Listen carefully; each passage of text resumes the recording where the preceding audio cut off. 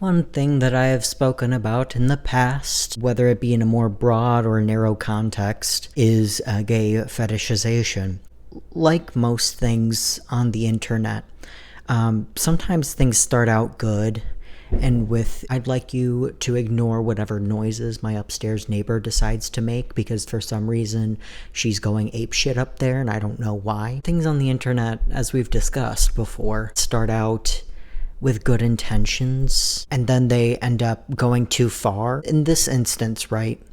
Gay fetishization is a bad thing. It's when, for the most part, at least on the homosexual male side, when women that are attracted to men decide to use men-loving men as a fetish for them to get off to, which has real-life consequences. I've seen stories of high school queer boys that have had to ward off annoying teenage girls that are just weird and fetishy because they read BL. I know that there is an issue with cishet women and other women that are attracted to men, like sexually assaulting queer men in gay bars. So it does have some real life consequences. This is not just me being Puritan, which is I feel like that's such a silly way to describe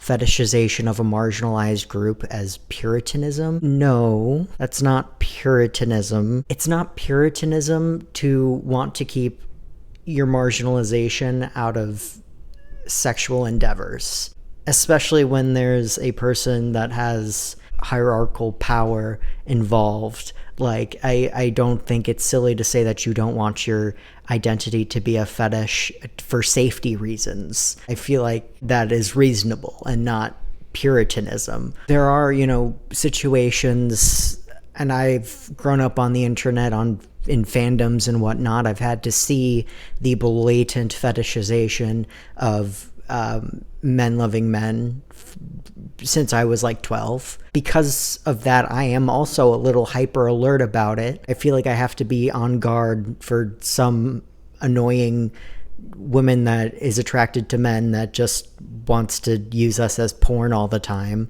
I feel like I always have to be on guard about that because of what I've seen since I was a child. Reasonable suspicion and hatred of gay fetishization aside, of course, all good things end up going too far. Some people seem to think that a straight woman merely engaging with any queer content ever is considered fetishization. I need you to touch some grass. I am also hypervigilant of women attracted to men, fetishizing queer men. I'm also hypervigilant of it, but you need to remain reasonable. I don't think that a teenage girl watching Heartstopper is fetishization of queer men inherently. Now, does it matter how normal she's being about it? Sure. Please just be fucking normal about it. If you start to get not normal about it, I'm gonna get a little suspicious, but I'm also not gonna lose my shit. If somebody that's not a queer man watches Love, Simon, I am not going to flip my absolute shit about it. Because I feel like that's touch grass territory. I feel like it's not a crime for non-queer people to engage in queer content. I just want them to be normal about it. That's all I'm asking. And I don't know if it's because of the baby gays that are coming in and being like super Puritan about things. This is when it does get Puritan, is when you start like pushing you cannot watch certain content unless you are that marginalized person. That's weird. I'd also say that it's weird to say that only certain people can make certain content. I'd like to say that if you're not of that group of people, you need to be a bit careful, but I'm not going to say you can't. I would like to say that the marginalized group of people making the marginalized group of people content is a bit better just because they have the lived experience, and then you'd be uplifting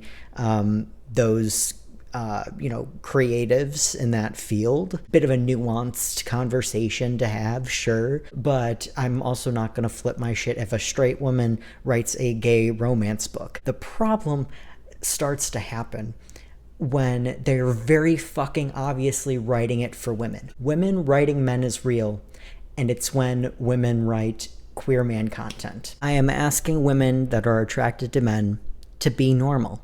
I can be normal. I can be normal about sapphics all day, every day. Sometimes I see two characters and I'm like, wow, they'd be good together. And then I move on like a normal person. If you do that with two men, I'm not going to scream and cry and piss and shit. But I need you to be normal about it. No, my gay baby's ooh-woo, it's weird. No jacking off to it and treating it as your personal porn, that's weird. Here's the thing, right? If you read a romance novel regarding two queer men, I'm not gonna lose my shit.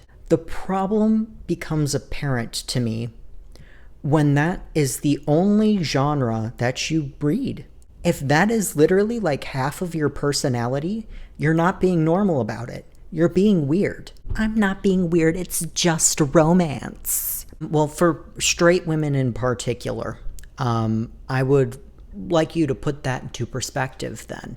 Okay, if it's just romance, then read sapphic books as well. Read sapphic romance. It's just romance, isn't it? If queer male content is half of your personality, then it shouldn't be a problem if it's just romance, right? Yeah, exactly. You're being weird about it. Because, if you did actually just read stuff for the romance regardless, that's one thing.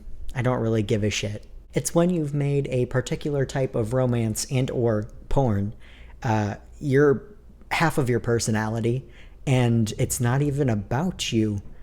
You're not a queer man, and you are making queer men half of your personality. It's weird. You're being weird. Just be normal. That's all I'm asking. When it comes to multisexual women, I don't think they can fetishize queer men, but they can. Oh dear God, they can. I have met a bisexual woman, for sure.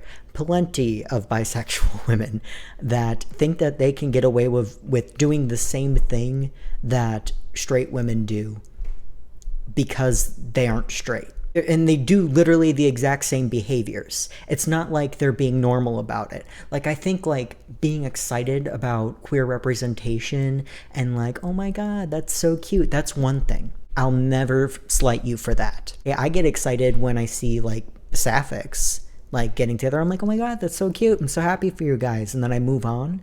That's normal. When you start doing the same shit that straight fetishizers do, where you're like, my gay baby ooh-woo, and then you treat queer men like porn even though it has nothing to do with you because you are not a non-binary loving man or man loving man.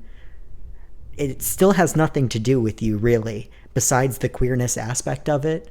So when you also make it half of your personality, despite the fact that you have sapphic literature galore to go look through there, that's when it becomes the problem. That's how I differentiate for, multisexual women, what's creepy and what's not. Literally just use the parameters of how straight women are acting and then don't do that. Just to put it into perspective, okay, because I'm a multisexual man that prefers not to use labels anymore. How would you feel if half of my personality was reading sapphic content and then all I ever did was really get off to it, and then I constantly gushed about it and made it weird all the time? I would be crucified for that, but yet somehow you can get away with that. No, you can't. You're being weird. I feel like these are normal boundaries to set, is just to ask you not to be weird. You don't have to be hyper vigilant about it. You could be like, oh, these two would be so cute, or you could be like,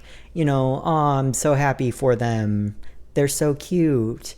But it's when you make it half of your personality that it becomes a problem. I need women that like men to be normal about queer men. I also need queer people to be normal about women that like men just sort of casually engaging with queer content. I need all of you to be normal. For once in your goddamn lives. Just be reasonable.